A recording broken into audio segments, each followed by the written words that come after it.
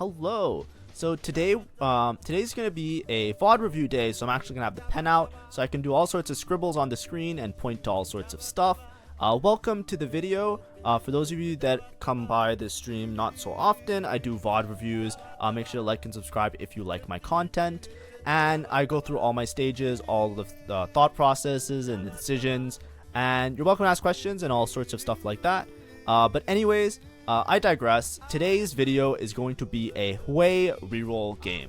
Now, I've been always really confident about Hwei as a reroll unit. I felt like he was gatekept really hard by Syndra. Hwei takes a long time to do damage, so the boards are really awkward to play around with Hwei. But now that Blaster's got a bit of a damage boost or a bit of a buff to their damage, and Vanguards didn't get nerfed, you can kind of play like a 4 Vanguard, 4 Blaster variation, which is really easy to fit it on 7. And I think that's what I'm going to end up playing this game. I'm going to talk about the early game right now, like my stage 2, because on my stage 2 I was angling something different, and I'll just try and show you how things kind of evolve in this game. This isn't like a game where I got dropped a Hwei off start and it's very obvious, okay, Hwei items, I'm playing Hwei, easy, me Hwei / Deafen, done. Right? This is a game where I'll try and make decisions, and I'll think about stuff that I know, as well as what items I get dropped and what items I have in order to adapt into later of the game. That's going to be the process. Also, if you're from this channel and you watch some of my other videos, like tier lists and stuff like that, we do auxiliary content like once or twice a week. So next week, I'm going to try my best to make a 4-cost guide and a reroll guide, which should both be out hopefully next week. I'm just trying to make sure that I properly understand the patch, as well as that I have the time to actually like support it with like information, as well as like auxiliary content to make it like actually like a good resource instead of just like pumping it out for views for the sake of views. But I do want to get those out earlier rather than later in the set to give you guys the best resource for learning, which I think is that, in addition to what these are, which is VOD reviews. Because I think you learn the most from me breaking down round by round with a scribble pen, saying exactly what I'm doing and what I'm thinking, so that you can kind of have an easier time replicating and understanding, you know, what I was doing. Anyways, we take Stimpack. So I'm not sure if anybody's playing Zoe reroll. I have each of the units paired is pretty good. Usually when you're playing this type of reroll line, you want to hit like a lot of copies of the units and then convert it to like the Zoe Ahri line. So when you're playing this comp, usually you want to hit Zoe 3, but more importantly, you really want to hit Ahri 3. Ahri 3, like Zoe 3 is good for like 90% of the game, and then Ahri 3 is what wins you the game. Right? That's not the way you should think about this comp. It's a very high roll comp, because like whenever you're playing a comp where it's like, oh, you got a 3-star this, you got a 3-star this, you got a 3-star this, you got a level to 8, you gotta play this. I don't care how people really play it in other like I don't care about like your biases of you played it and you get top 4 every time hard forcing it. This comp isn't very hard forceable. A lot of people are going to hold on to these units. Even though my spot looks like it's probably good, I have a tier, I have a Nashers, I'm going to have good Zoe items, I'm paired on all of them. This isn't a hard force Zoe angle, ever. Because there's a bunch of people holding Zoes, a bunch of people look like they're playing towards Rise and or Portal units, so I'm going to have a hard time getting those units. And even if you're slightly contested, I feel like you know, you can probably get a 4th if you hit everything. The problem is, like, so much of this comp is reliant on being able to level and to play higher cost units that help supplement your damage, because the Zoe is like, that's what I mean, like they're broken for like 90% of the game, but then in the last leg of the fights, like stage 4, stage 5, towards the end of those, when people hit all their upgrades, this comp just absolutely does dick all. Like it just falls apart, especially if you don't have like Rise Tarek. Now, obviously, if other people aren't optimizing their boards, or nobody's hitting, and people are confused and they're missing, and they're playing like really weird boards, this comp's gonna destroy everybody, because it's a 1-cost reroll, right? 1-cost rerolls punish those really hard because you're strong early, so then you're gonna be stable early, you're gonna win all your fights early game, and you're just gonna be a monster. But anyways, I digress. We're gonna itemize the Zoe. We're gonna try and play towards it. I think everybody who's playing around Zoe looks like they're pivoting, except for this guy. So already now, I just want to tell you there's alarm bells in my head. This guy, Zwan, whatever his name is, right? Just remember this Aatrox, right? We'll call him Aatrox for easy. Aatrox in my lobby, is gonna go Zoe reroll. I don't know if he's gonna commit to it.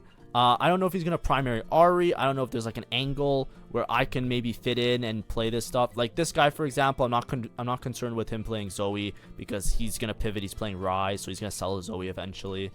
Or just keep only 2 or 3 copies. So I already know that I'm gonna be contested. That guy took duplicators. I don't think he's gonna pivot. It's gonna come down to who has a better spot.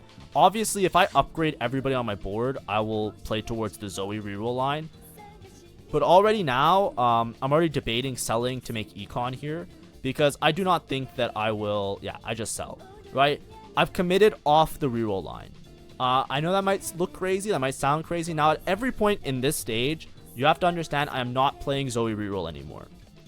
I do not want the heat of multiple people look like they're playing Rise. They're going to hold on to Zoe's, and they're going to play Zoe and Poppy early game for sure. The whole lobby's holding Lilia. Every board, look, every board we looked at is either a Portal board or a Zoe board or has a Lilia or has a Poppy. I'm never going to hit these units.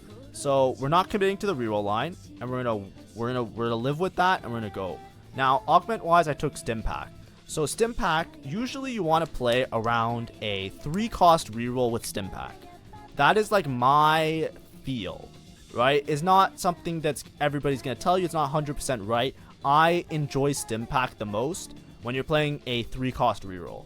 A 3-cost reroll or a 4-cost. That's what I took this augment for. Because it's also good if you're playing like Zoe reroll. Basically gives you 4 components when you lose 50 health. So you want to lose streak all of stage 2. And then often you want to lose streak stage 3. Now, what you want to do is you want to lose, I think, 8 times to cash it out, right? 8 losses is around 50 HP. And what 8 losses will get you is it will get you the carousel round of stage 3. So basically, after carousel round of stage 3, you'll have enough gold to level up to 7. You'll have 4 components that you'll get off of Stimpack.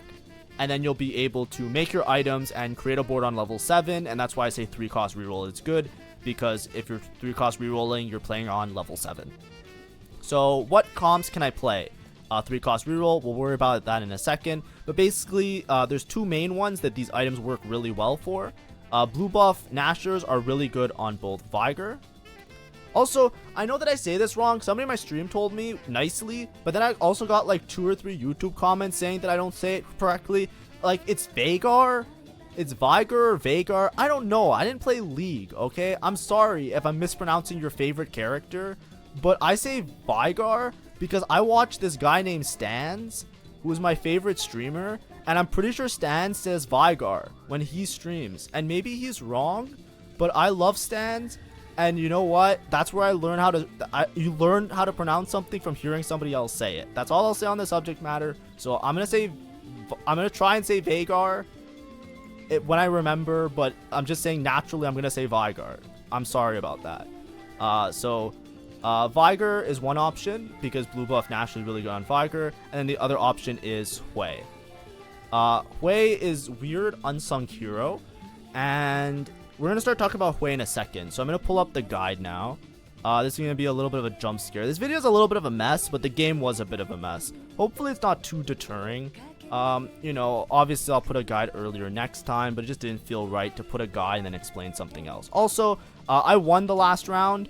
The guy full sacked, this guy that was contesting me on the Zoe line, full sacked. So I won 1 round. That's really bad because I don't get my 5 loss streak. That's a mistake on my part. I should have just open sold. I should have open sold all of my units because I don't need to hold on to any of these. And I should have guaranteed that I 5 lost because this guy was always going to hold on to units. I was just hoping that I RNG didn't fight him. There was like a 33% chance I fight that guy. Unfortunate, but it just is what it is. My bad. Oops. So I kind of griefed my gold a little bit. But more importantly, with his 1 win, griefs my Stimpack cash out, which is actually really bad. So we're going to see what happens. Remember I was saying we could play Vigor mages, or Vagar mages. I'm getting some drops of what's her name, Vex. So I'll move the thing out of the way. I'm getting some Vex drops, so I can easily play around Vex as well. But anyway, we're gonna talk about Hwei for a second. So let's go here. Let's go. Oops. Let's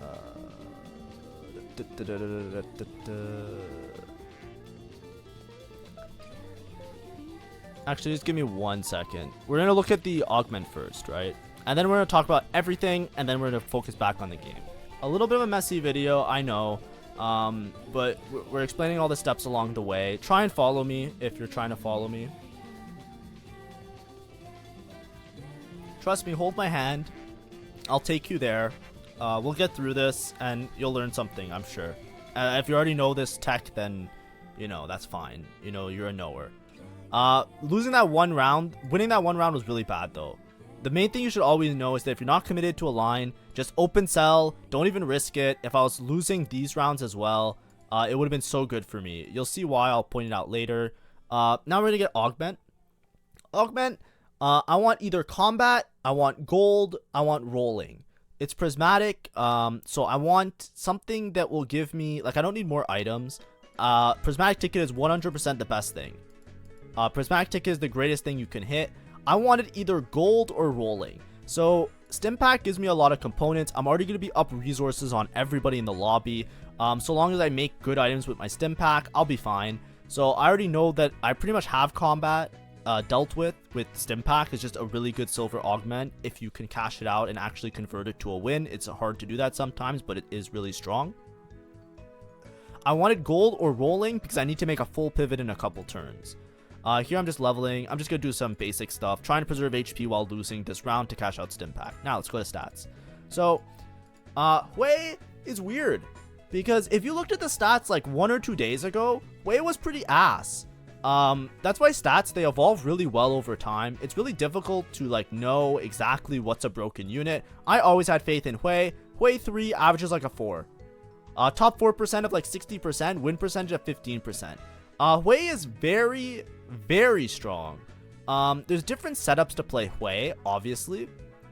I'm not sure, like, I think with Frost is like the main thing, right? When you play him with Frost, it's usually better.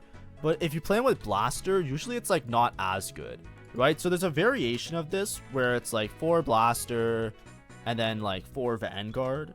And you'll see that the average is a little bit lower, right? Basically what we're eliminating, as you can see, if we put 4 Vanguard in with 4 Blaster, we average around a 4. We average above a 4, which is really good. So this particular situation is good with Hwei.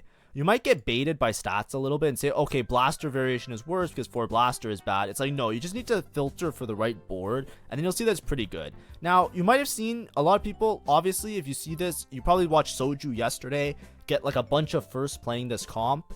I'm not going to pretend like Soju didn't have an influence on my gameplay. Because he does, obviously, because I watch Soju as well. Soju's a streamer if you guys don't watch Soju.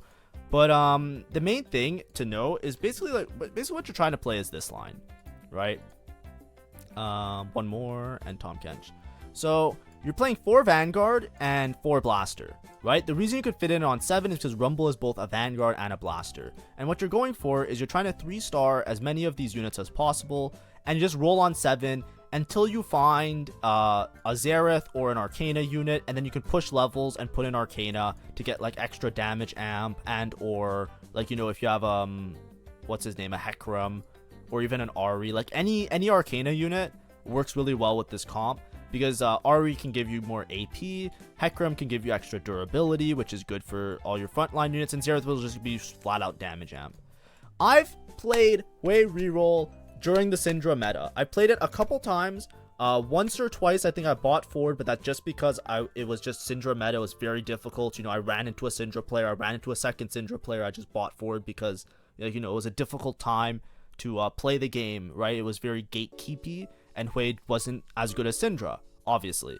The reason this comp is really good, I talk about it a lot. There's other variations you can play. So instead of Tristana, you can play Varus, and then you can also try and fit in some Pyro. But the problem is, like, if you fit in Pyro, Varus isn't that strong in my opinion. So usually we don't really worry about him. But you could play another variation. The reason this comp is good is because you can't miss. People will joke sometimes when I speak because I say things that kind of sound stupid. But this is a comp where it's like, even if you don't hit, you'll never miss with your items specifically, right? The biggest problem with items is that when you commit to a reroll and you get a bunch of useless shit, you don't know what to do with the items. Here what you're doing is you're playing both an AP carry and an AD carry in the form of Hwei with Ezreal. Blaster just got buffed, 4 blasters is good. With Hwei, what do? You put all the tiers, right? You put all the rods. You put all the other stuff. You can put Morello and red buff. I think red buff's really good on Hwei, but if you don't have red buff, you can put Morello. If you don't have Morello, you can just put I think Rabadon's is probably his best item, just judging by the way his ability works. So something like this, right? What happens if you get sword? Remember, like, you know, like if you get Zoe and you get sword, you're fucked, right? Well, not in this comp. If you get sword, what do? Well, I guess we're gonna make Ezreal items now, right? I think Ezreal, I don't know what the best items are. It's hard to tell in the stats. I think Shojin looks like it makes sense. I know Soju talks about putting Shojin on Ezreal all the time. I don't know about it, but like usually like I'm trying to make blue buff for Hwei, so I don't have leftover tiers often. So I'd rather just put him just like full damage and try and do like a one shot on the back line. Or not one shot on the back line, but just like full like, you know, crit and gloves and swords. And then like, oh no, I got dropped a bunch of chainmails. I got dropped a bunch of cloaks. What do?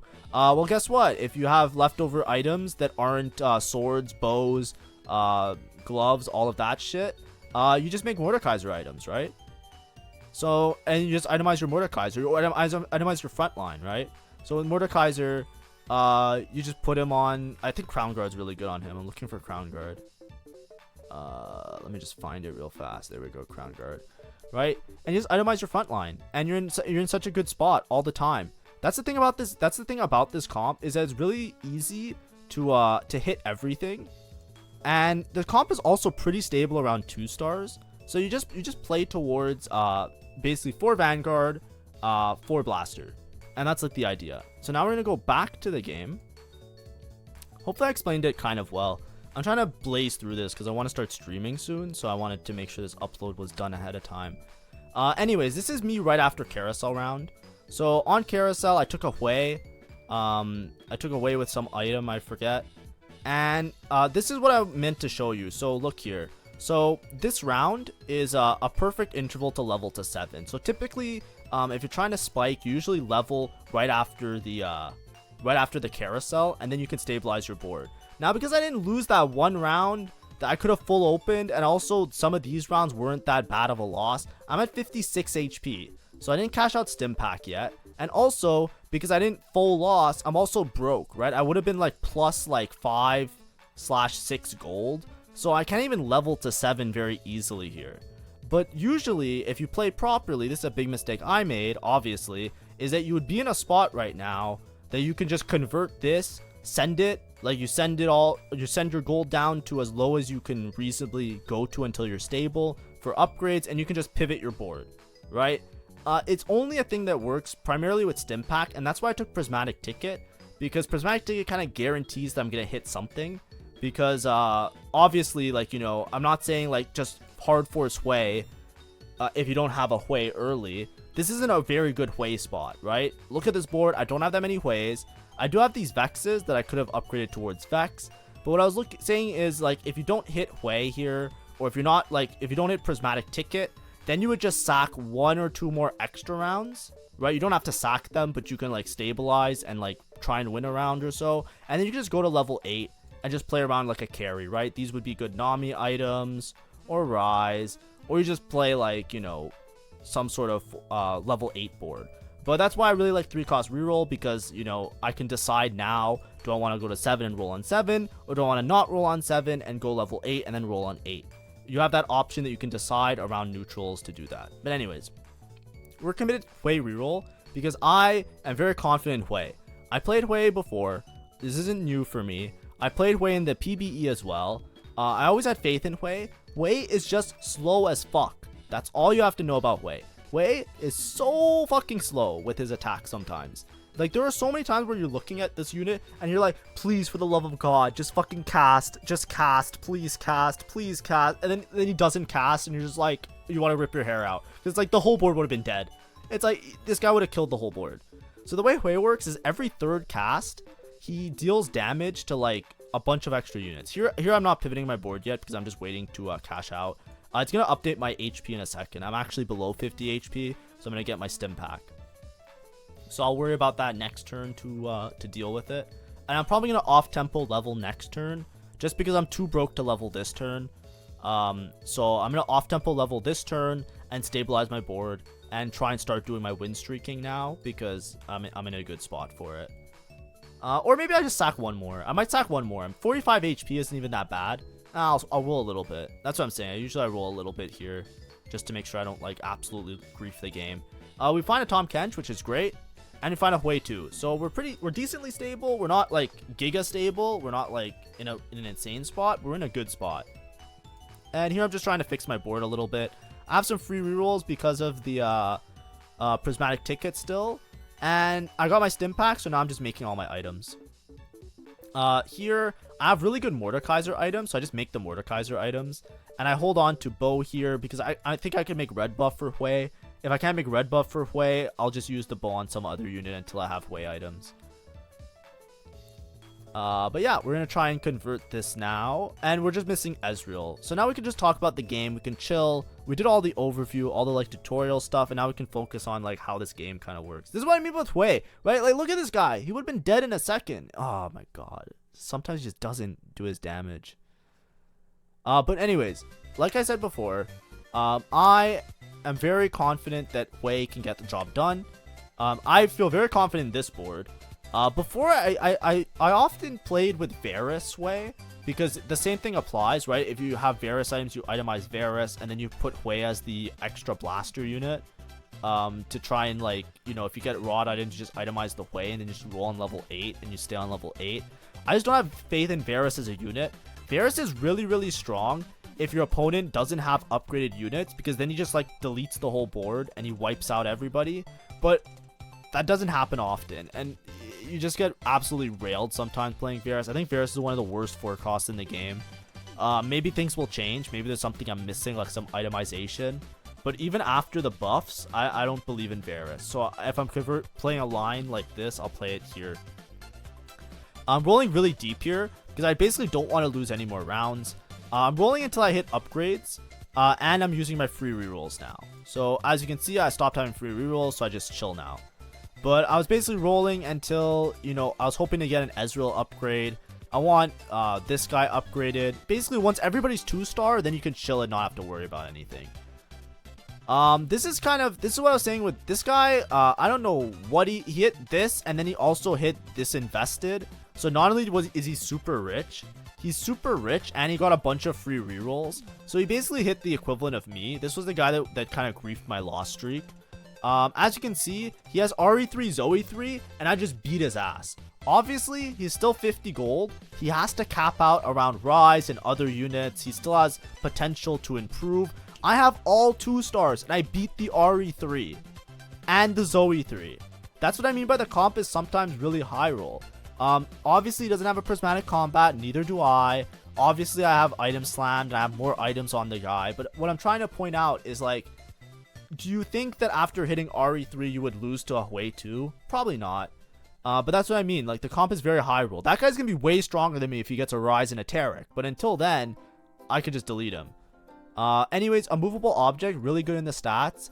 Also synergizes well with Vanguards. Vanguards give themselves an HP shield, and now I'm just giving them a bunch of armor. So they're not naturally, as a defensive trait, getting a bunch of armor. But yeah, it works out. Now, let's talk about this comp in general. How to cap out this comp. Now, obviously, the cap for this comp is just stay on level 7. You get Mordekaiser 3, Hwei 3, Ezreal 3. If you cannot get Mordekaiser 3, Hwei 3, Ezreal 3, do not play this comp. Part of the reason why I went towards this comp was when I scouted early game, nobody looked like they were playing towards a line that required Vanguards. Obviously, Tahm Kench 2 is really big for me. I hit Tahm Kench really fucking early on level 7. It was very high roll. Obviously, that makes a difference.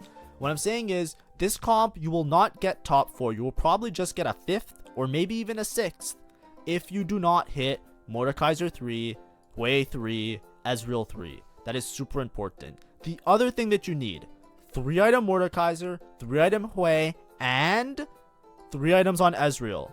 If you do not have 3 items on Ezreal, 3 items on Hwei, 3 items on Mordekaiser, you are probably going 5th. You need to have an item augment to play this comp, or you need to be playing in a galaxy that gives you items. What do you know? this is a galaxy that gives you items. Unstable treasure chest drops a bunch of items for your whole team. That's really good for us. So you need all of those things to work.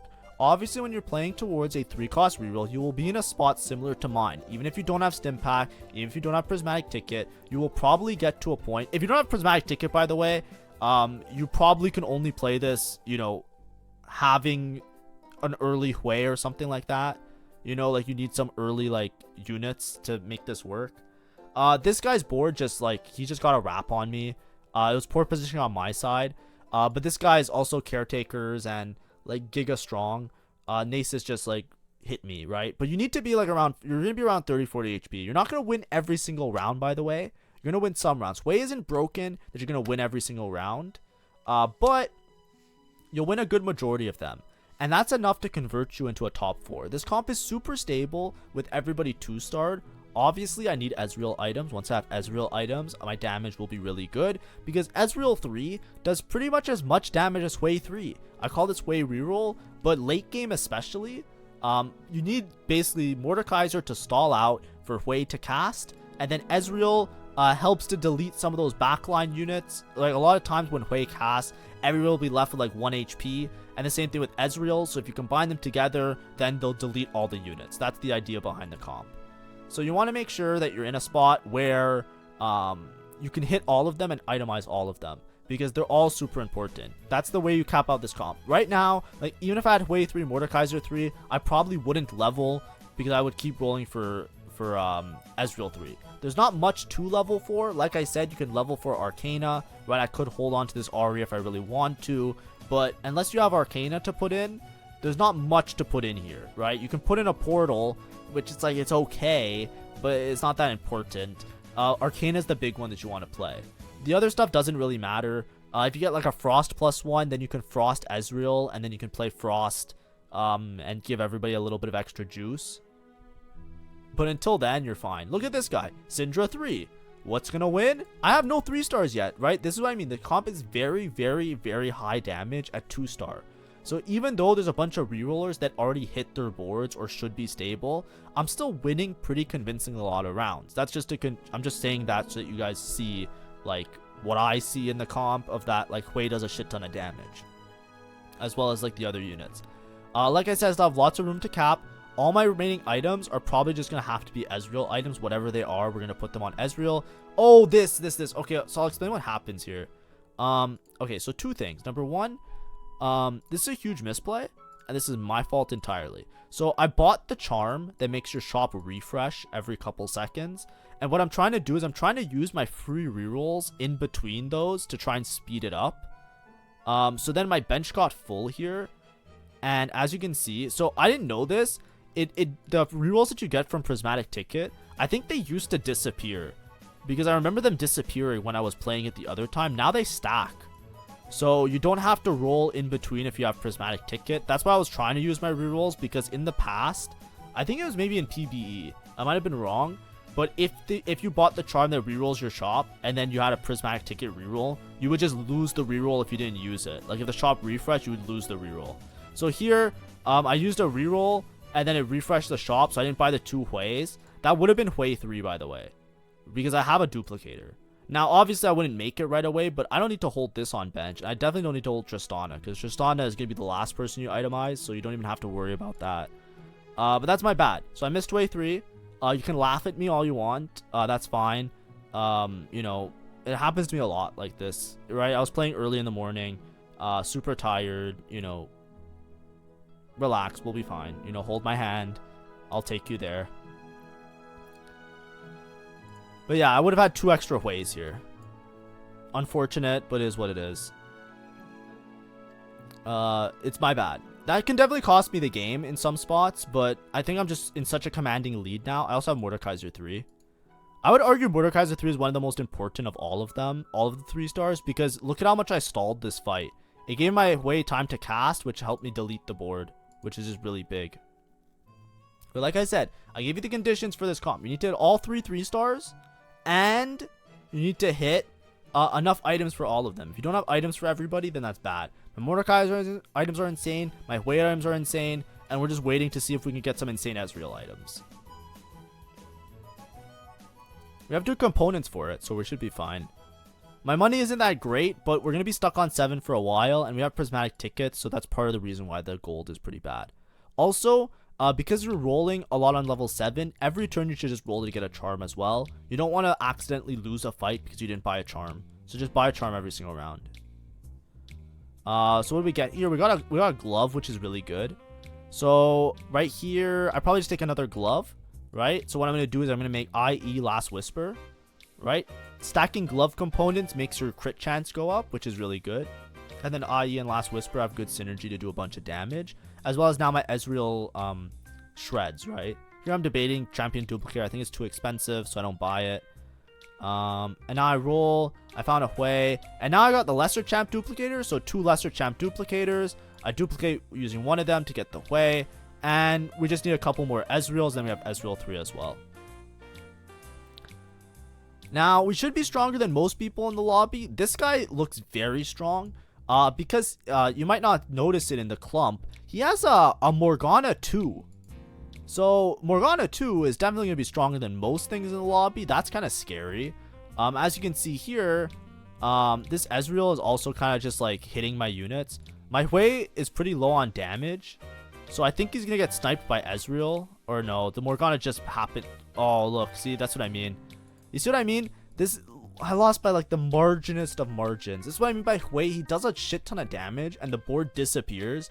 But without the Ezreal, like my Ezreal just died way too soon. Because I need the extra damage to polish up. That's what I need. I needed Ezreal there to kill the other Ezreal. But anyways, we roll here. We hit Ezreal 3. Would have been nice to have it last fight. It's fine. We should be okay now. The only person that's really scary is the Ahri player, surprisingly. The Ahri player hit everything and leveled up. He has Radiant Rabadons on Ahri, which is for sure broken, right? If you don't know, Ahri gets bonus AP based on AP that she gets. She's kind of like Wukong. You know, Wukong's like gains extra armor from all armor sources. Ahri's like that. So with Ahri, you really want to make like Adaptive Helm, Rabadons, anything that gives AP. And as you can see, I positioned very poorly for this fight. I don't want to put my Mordekaiser in front of the Ahri ever, and then my Hwei is on the same side as the Ahri. You want to be opposite side. You want to dodge this shit as long as possible. This guy isn't even positioning that well against me. I live with 1 HP, by the way. You know, if I didn't manage certain fights well, if I didn't manage like my mid game, where I upgraded my board and I upgraded certain units, 1 HP is so easy to lose the game. This could have easily been a 7th, right? That's why I say, like, you know, sometimes I'm streaming, you see that I get frustrated. A very important note when playing TFT, always, that you always have to remember, every fight matters in a lot of these lobbies. This is 1 HP is the difference between me going 7th. I'm not going to say what I end the game with, but it's definitely not 7. I'm definitely going to top 4 this game. And the difference was 2 things. Number 1, I positioned completely wrong side, right? If I'm playing against Ahri, you want Mordekaiser on the opposite side and Hwei on the other side. Because the Ahri, if she's in the corner, she's just going to use her ball and go back and forth and kill you. And that's what happened there. I just got deleted. That was very bad of me. And I could have lost the game on the spot. I beat that guy. I'm pretty sure I beat that guy if I don't position that way. So, you know, I should have scouted better and I should have identified that as a threat. Secondly, in my mid game, even though I was losing, like, you know, for the I was losing for the 50 health, I was still pushing levels, right? I leveled to 5, I leveled to 6. Doing those things, I rolled really aggressively these couple rounds to make sure that I didn't lose by too many units, right? You really want to make sure you always preserve HP, even if you're going for like a full loss streak, basically. It's very important. Here I just take Hodge. Ezreal sometimes griefs the game by jumping the backline and dying. So I think at the stats, I don't know what it is nowadays, but back in the day, like a couple patches ago and in PBE, it was really good to put healing on Ezreal sometimes, because this Ezreal would just grief and go here and then he would just get deleted. I like Hodge because it's a glove item, so right now I'm on a full crit build. So I have like 3 glove items, all increase my crit chance. As you see, I have 100% crit chance, so I'm pretty confident that that will help my Ezreal total damage. And then I push a level to 8 to get in the Hecarim, which then gives my whole team Arcana with some extra durability. As you see now, after making that mistake against the Ahri player, I am scouting every single fight now. I'm scouting every single fight to make sure that I position on the proper sides and the proper way, because I don't want to accidentally lose another round. I'm lucky that I'm 1 HP here, right? I 100% misplayed. I made 2 or 3 major misplays this game. One of them was the winning that one round that griefed my econ a little bit. It made me have to delay my cash out as well as when I spiked my board, because I wasn't rich enough to go level 7 when I wanted to. The other mistake I made was rolling and missing those 2 Hweis in that shop. It didn't really matter because I still hit the Hwei 3 and I didn't really grief my econ by that much, but it was a big mistake and it could have greatly affected my game at the end. And then the last thing was the round against that Ahri player where the Aatrox that griefed me really early in the game. I could have easily won that fight if I positioned on opposite side. As you see, now he's in my pool again, right? There's a little check mark here that says I might fight him. I 100% position around him, right? I put these here to distract the Ahri. The other players, this guy doesn't scare me, right? I don't give a fuck about this guy. I think the only other person in the lobby that can beat me in this game is this player right here, the Ahri player, because nobody's going to be able to chew through my damage and nobody's going to have enough of a front line to deal with my damage. So as you can see, Hwei just deletes. Yeah, this guy had dragon as well, so like, you know, that was like a best case scenario and I still beat his ass. I'm at a point now where my board is really strong. Obviously, I think the better unit would be to play Xerath, especially when you're rerolling. So the way this comp kind of works really nicely as well is that when you're rerolling for Hwei, Mordekaiser, or Ezreal, you buy charms every round, right? When you buy charms, this means you scale Xerath, right? When you scale Xerath, then late game, adding in a Xerath here will just give you a bunch of extra true damage, right? It will give you a bunch of extra damage. So having a single Xerath, if you find it on level 7, which isn't that unlikely if you're rolling a lot, or if you find it on level 8, level 9, if you can make it there, as a +1, Xerath will give you a bunch of damage because you've already been rolling for a charm every round when you're buying these units. Basically, you basically just buy a charm every single turn, and it helps you out a lot. 30 MR and Ahri players in my lobby, yes please. We'll take that. Like I said, based on my own judgment, I don't think anybody else really beats me. It's just the Ahri player. If I miss position against the Ahri player and she chews through this Mordekaiser and then the Hwei before I can cast my damage, that guy will beat me. But I'm pretty sure I have more damage than him, so I'm more confident that I will be able to beat him so long as I position well, right? You just want to be opposite side. Now, typically what you do with the Ahri, a lot of times, is you position her in the middle and you try and make it so that the front line gets baited by the Ahri, so that the Ahri like chews through the front line, right? Because that's what makes Ahri broken. It's not as much as like how much damage she puts out. It's that because of the true damage, she can chew through the front line so easily that you just have to play around it. Now, obviously, if I position my front line really far away from the Ahri, she's going to waste a bunch of her casts hitting useless units that don't really matter to me. And then if that's the case, then I can convert it to a win. Now, I roll for charm. I hit dragon. This should be a free round. It says the only person I'm playing is the Kalista player. I just want to dodge this guy. I don't know what the fuck. I'm scared of him. What is that? Dvork's shield. I don't know what the fuck the item's called. The radiant gargoyle stone plate. I don't want that. I don't want that heat. Okay, I don't want that heat. So I'm gonna put all my units away from this guy. And guess what? Look what he did. He positioned his golem here. So the golem's gonna drop items. Where's the items that his golem's dropping? Where's the items the golem's dropping? Where's the items the golem's dropping? Why? I put all my damage on the opposite side of the golem. I dodged the golem and I dodged the Nasus with the item. So I was worried that I would get stuck trying to kill the Nasus and then my rest of my board would die, right? I don't want to get stuck on the Nasus, so I just dodged that and we're fine. The Ahri player died, so now it should be a first, right? We don't know if it's going to be a first. I won't spoil it. It should be a first. The only reason I keep pointing out the Ahri players because that's the only player that I think could have beat me. It's totally fine.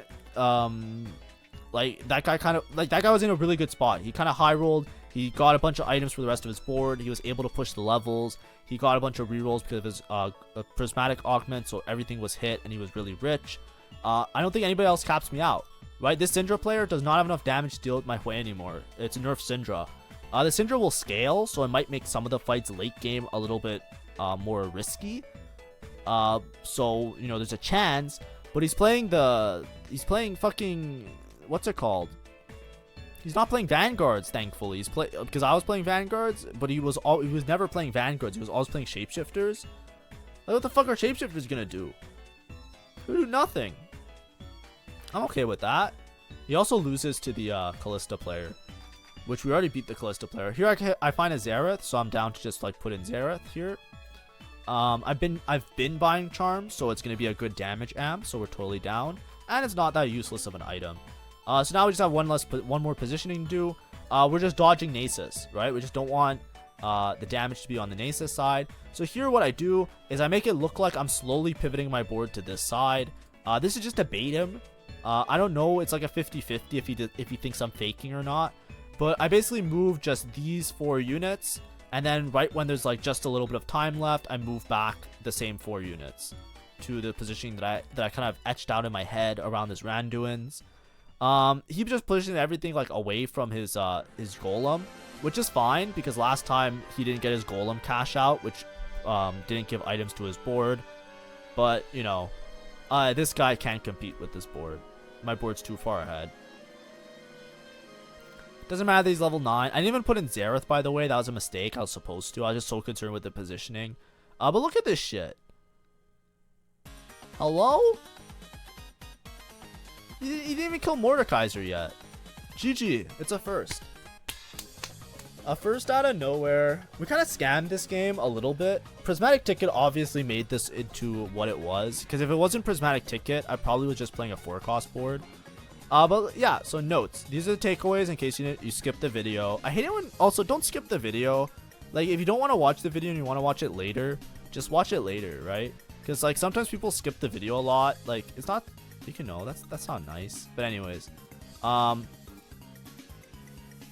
Ezreal, 3-item Hwei, 3-item Mordekaiser. 1, check. That's what you need.